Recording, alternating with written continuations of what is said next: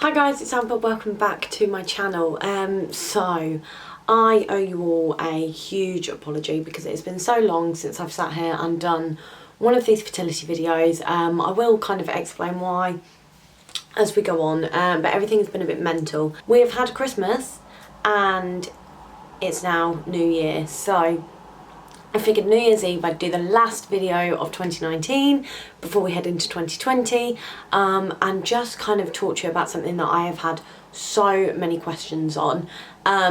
So I thought, why not? I'll make my little comeback the day before New Year, on a day that nobody's really going to be watching it, so that was really wise of me. So one thing that I have been asked so many questions on is what next? What we're going to do next with regards to round 2 and what if that doesn't work. So that is going to be the topic of today's video.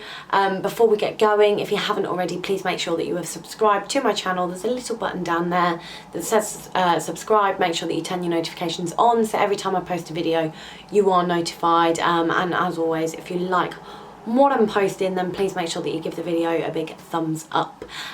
So as always, grab yourself a cup of tea, grab yourself whatever you're drinking. It's New Year's Eve, grab yourself the biggest bottle of Prosecco if you really want and drink it from the bottle. And as always, we're going to sit down and we're going to talk all things vagina. Okay, so I have been really boring and I'm just going for the glass of water today. I have overindulged like you would not believe over the last week. I think I have drank every day since Christmas Eve, and I'm starting to feel it a little bit. So yeah, that is something that I really need to work on, and I don't remember the last time I actually had a glass of water, so that's what I'm doing right now. My aim is to finish this by the end of the video, but somehow I can't see that happening. I probably won't have finished it by the time I go to bed. Anyway, as I said, I hope you're alright. So we're going to talk about what next. So for those of you who are new here, my name is Amber, hi, but I talk to you a lot about my infertility. So I have been doing a series of videos all about my infertility, about infertility in general, and these episodes are slowly but surely, well, they were meant to be ending next week, but I think I've got 3, maybe 4 episodes left now before I go on to just my regular videos, but everything is still going to be kept updated as and when. So I keep talking about this as and when, so that's kind of what we're going to focus on today. My last round failed in November. It seems ages ago, but then at the same time it only feels like yesterday. But we didn't actually make it to transfer. During our IVF, our embryos didn't make it to blastocyst.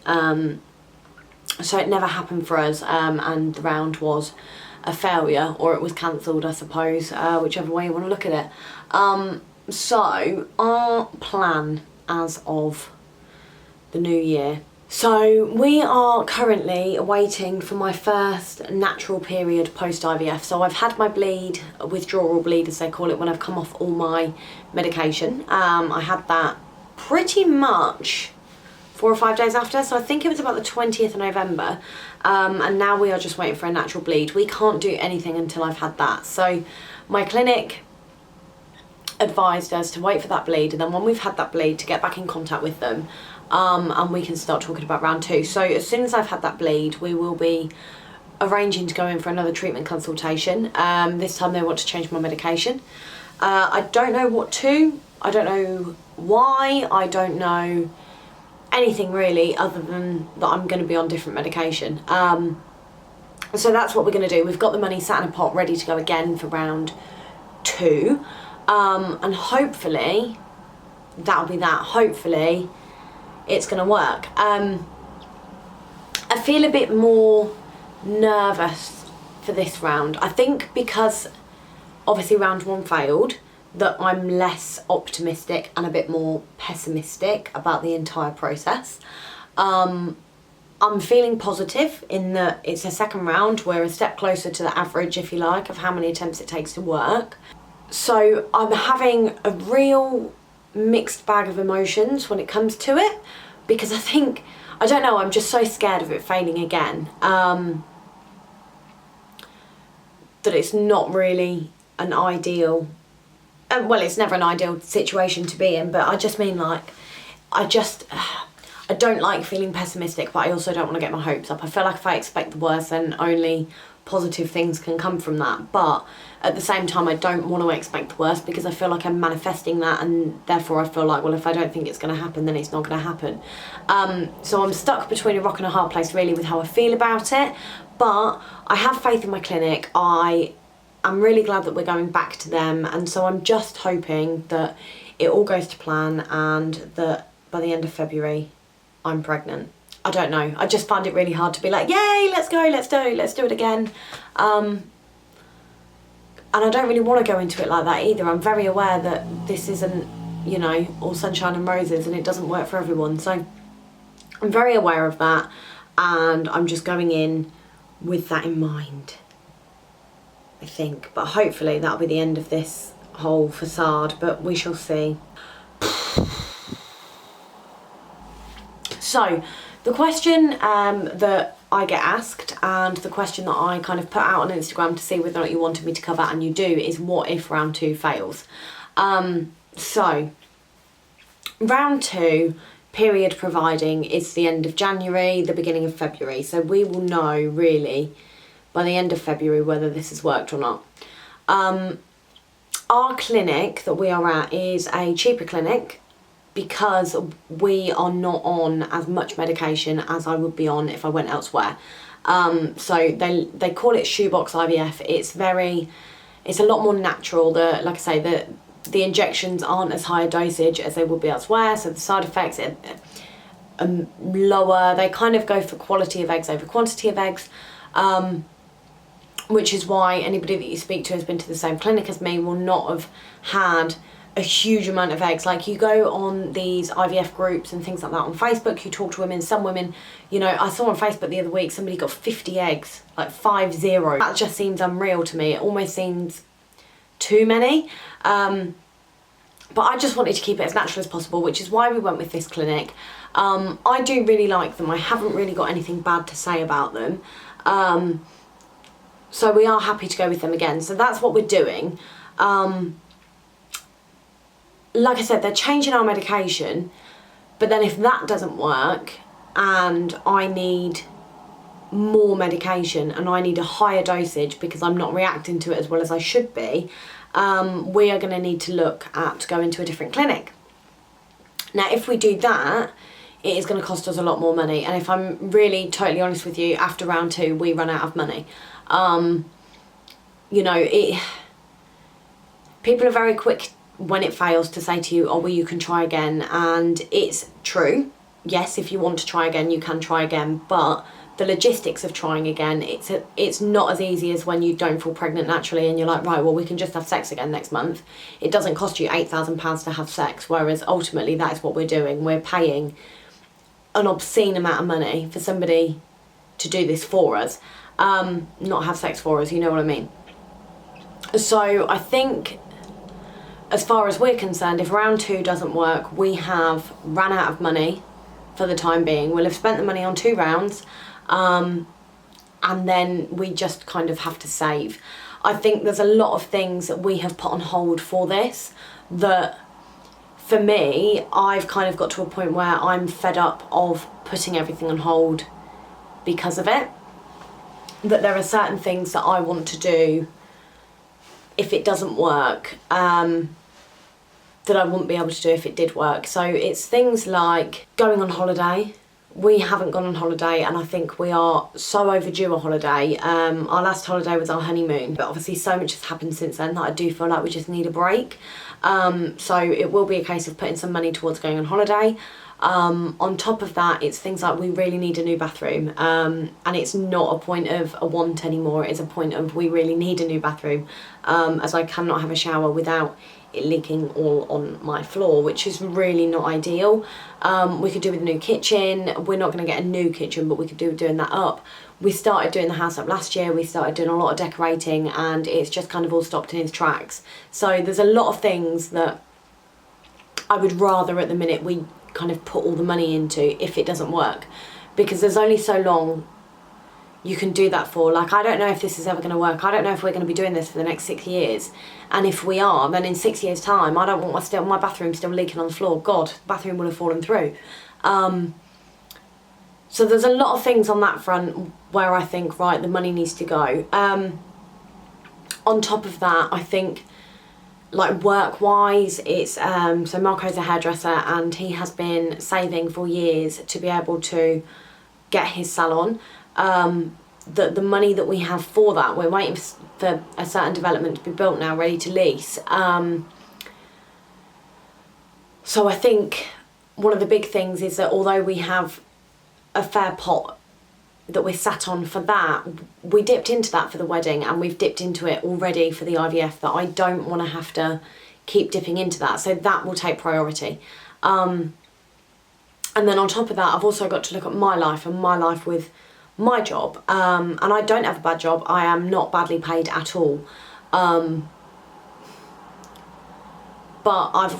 I'm at a point now where I'm evaluating whether or not I want to carry on doing shift work, whether or not this is what I want to do, because if the IVF does work, then I have to stay there. And if I do move jobs, then we are not at the moment in a position for me to go on maternity leave and be able to self-fund for that year. Like, I need the maternity pay. So it is a case of, well, if this doesn't work and then I decide to move jobs, waiting until I at least qualify for that maternity pay and we've saved up the money for the next round. So realistically, yeah, if this round doesn't work, then it's game over for us for a little while, and I think at least a year, which isn't something that I want to do, but it's something that we have to do. Like, I think, like I say, there's only so long that you can put certain things on hold for, and like I say, this might not work, and I can't keep putting absolutely everything on hold for something that might never happen. So yeah, I think work for both of us really is a big one. Going away, getting the house all sorted, so they will all take priority. And on top of that, I'll also kind of work on myself. So I'll lose that weight that drives me mad, and I'll just kind of do things that don't just focus on the infertility. Like, I will carry on with my blog and things like that, because at the end of the day, it is still a really big part of my life. But my whole life won't revolve around doing IVF. Like, I won't always be conscious of how much I drink, of what I eat, things like that. Like, I think I need to get to a point where I'm enjoying my life again, and where my life is more than just this. It's all a bit crazy. But yeah, so that's it. If it doesn't work, then we just wait. We don't have a magic money tree at the end of the day, and it all costs money, and we'd have to find a new clinic. We have to go through all of that again. Chances are I will have to go through further testing again, and it's just not, it's not all doable in such a short space of time. Like, we toyed with doing the so certain clinics do this thing where you pay for unlimited rounds of IVF within 1 or 2 years. We toyed with doing that, but the cost of that is something chronic, and I think it's all well and good if it works, and it's all well and good if you get your money's worth. So I know it sounds awful, but if you've had 3-4 rounds, then you're going to get your money's worth. Whereas if it works on the first go, you've spent like double, if not double and then some of the money.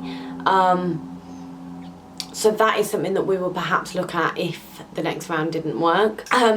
So yeah, that's it really. If it doesn't work, that we would just kind of have to reevaluate everything, and go on a bit of a saving splurge, if you like. So yeah, get everything in order really is what we would do if it didn't work. And so that's it. We've got about 5-6 weeks. Again, it depends when my period comes. I'm already late again. Yeah, it's just not something that at the minute we're in a position to do. Like, that's it. We just fix everything really. Yeah, so that's that. While I'm here, I will give you a bit of an update on things. I think obviously I've put off coming on here and doing my fertility vlogs, so I have been, if I'm honest, absolutely inundated with pregnancy announcements over the last few weeks, and seems to have got the better of me, or seemed, past tense, to have got the better of me. I think there was one that really took me by surprise, another one that yeah, they're just coming left, right and centre. And I've not coped too well with that. I think there's a few things that have been brought up for me internally. I think I have also started my therapy, so I've been going for counselling, but the counselling has got a bit more in-depth now. So it's fertility counselling, so I've been waiting for 14 months for this, and I finally got the appointment. And she's really good, really, really good, and I've been having a lot of time to kind of sit and reflect on everything, but we aren't just focusing on my infertility, so we're focusing on the feelings that I have around my infertility, and where they stem from. So a lot of it is to do with things like blame. And it's really interesting because we have been looking back over literally everything. So I say this last decade, and I think it's quite fitting really now that we're coming to the end of the decade, that we have kind of, there's the odd thing that happened like when I was 12, 13, like my parents splitting up, that we've focused on, but they've kind of just been fleeting things, whereas there were things that happened from the age of 15 onwards, so literally the last 10 years. I turned 15 at the end of 2014. Why did I say 2014? That is a complete lie. What the actual hell? I turned 15 at the tail end of 2009. That's better. 2014, God, that made me 18, would it not? No. 19, no. I can't do maths. I turned 15 at the tail end of 2009, and over the last 10 years, there have been a lot of things go on. So I am going to do a proper video into my therapy, but just to give you a little bit of a background, so I moved an awful lot as a teenager. There were certain things that went on during that time, which have kind of just stayed in my head a little bit and have had quite an impact on me. So there was a lot there, and then when I was 16, I got into a relationship which was quite a nasty relationship. It was very abusive. There was violence involved, and things that went on in that relationship have impacted me, I think, more than I ever imagined they did. I think it's something that I thought I'd got over, yet the more I kind of go into this therapy, the more I realise that actually there's a lot that has really stayed with me, and there's a lot that I'm struggling, if you like, to get rid of. So yeah, there's a few things that happened then that really weren't ideal, that I will talk to you about more in my therapy video. But on top of that, then the infertility came along, and it's not a really minor thing. Like, being told that you're infertile and being told that you can't have children, like, really screws with your head. So I've started doing this thing called EDMR. I don't know if it's EDMR or EMDR. I think it's EDMR. And it's like a repetitive eye movement therapy. So you're following somebody's fingers, and it's all about kind of processing these memories and getting them to not disappear, but to not be so full-fronted. It's quite common for people with PTSD to have this therapy.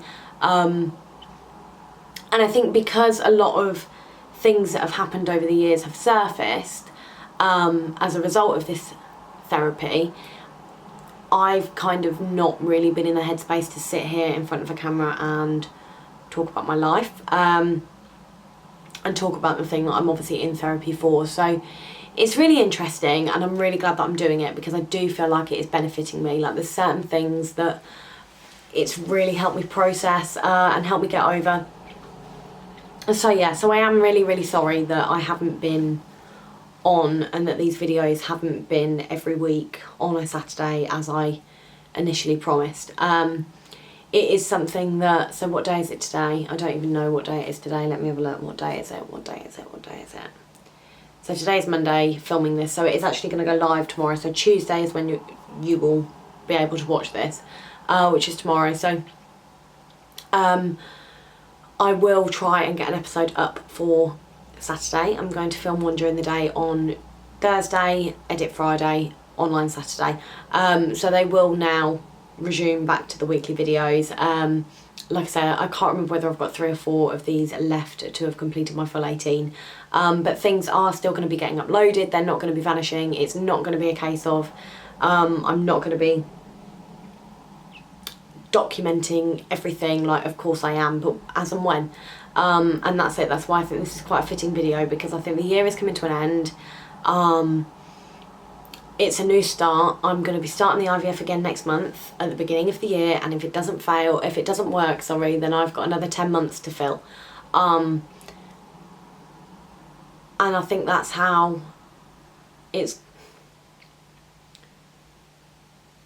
well, that's how it is. That's how it's got to be. So yeah, it is a case of just cracking on with it now. So these will be weekly. They will carry on. I will carry on updating you with the whole infertility thing. It will, you know, it is still part of my life, and even if we're not going through IVF, there are still things that happen. There's updates for you, there's conversations that I have, there's everything that is still really prevalent that I'm still going to be coming forward and talking to you about, so that's all fine. But do expect, like I say, to see more videos. So I did my 2020 goals video, and I will just carry on doing things like that. So that is our plan going forward. As of tomorrow, it's 2020, so Happy New Year to you all. I hope you have really prosperous, really happy, really healthy New Years, that everything works out however you want it to. But for me, 2020 is now a year of not reinventing myself, but a year of finding myself all over again. So self-care, organisation, all things like that. 2020 for me is a year of getting my shit together, if I'm really, really honest. So hopefully I end it as a mother, but I might not. But one thing I do just want to say is thank you so much to all of you. I think I now have a whole 60 subscribers, woo. But thank you ever so much. I think, you know, I started this blog halfway through this year, amberinateacup.com. I started that in June, and my Instagram has just short of 3,500 followers. You know, I'm getting over 1,000 people visiting that website every month, and then I get all you lovely people sitting here and actually just watching me talk, which is all quite amazing for me. You know, it's not groundbreaking, I'm not some mad blogger and all the rest of it. You know, I don't make any money off this, I don't gain anything from it other than a form of therapy for me, and people like you that sit here and watch this sending me messages and telling me how much I help you or help them, and that for me is the most rewarding thing ever. And if I look back at this year and I look back at one good thing I have taken away from this year, with all the shit times that we have had this year, it is that I have this. So yeah, oh god, why am I getting emotional? But yeah, I just wanted to say thank you, because it really is just amazing that so many people actually want to listen to me. So thank you, and like I say, have a really, really happy new year. Please don't forget to subscribe, thumbs up, drop me a comment, let me know your new year resolutions, let me know what you want to see in the new year, just whatever, just happy new year. And I will see you in 2020. So yeah, happy new year. See you later, bye.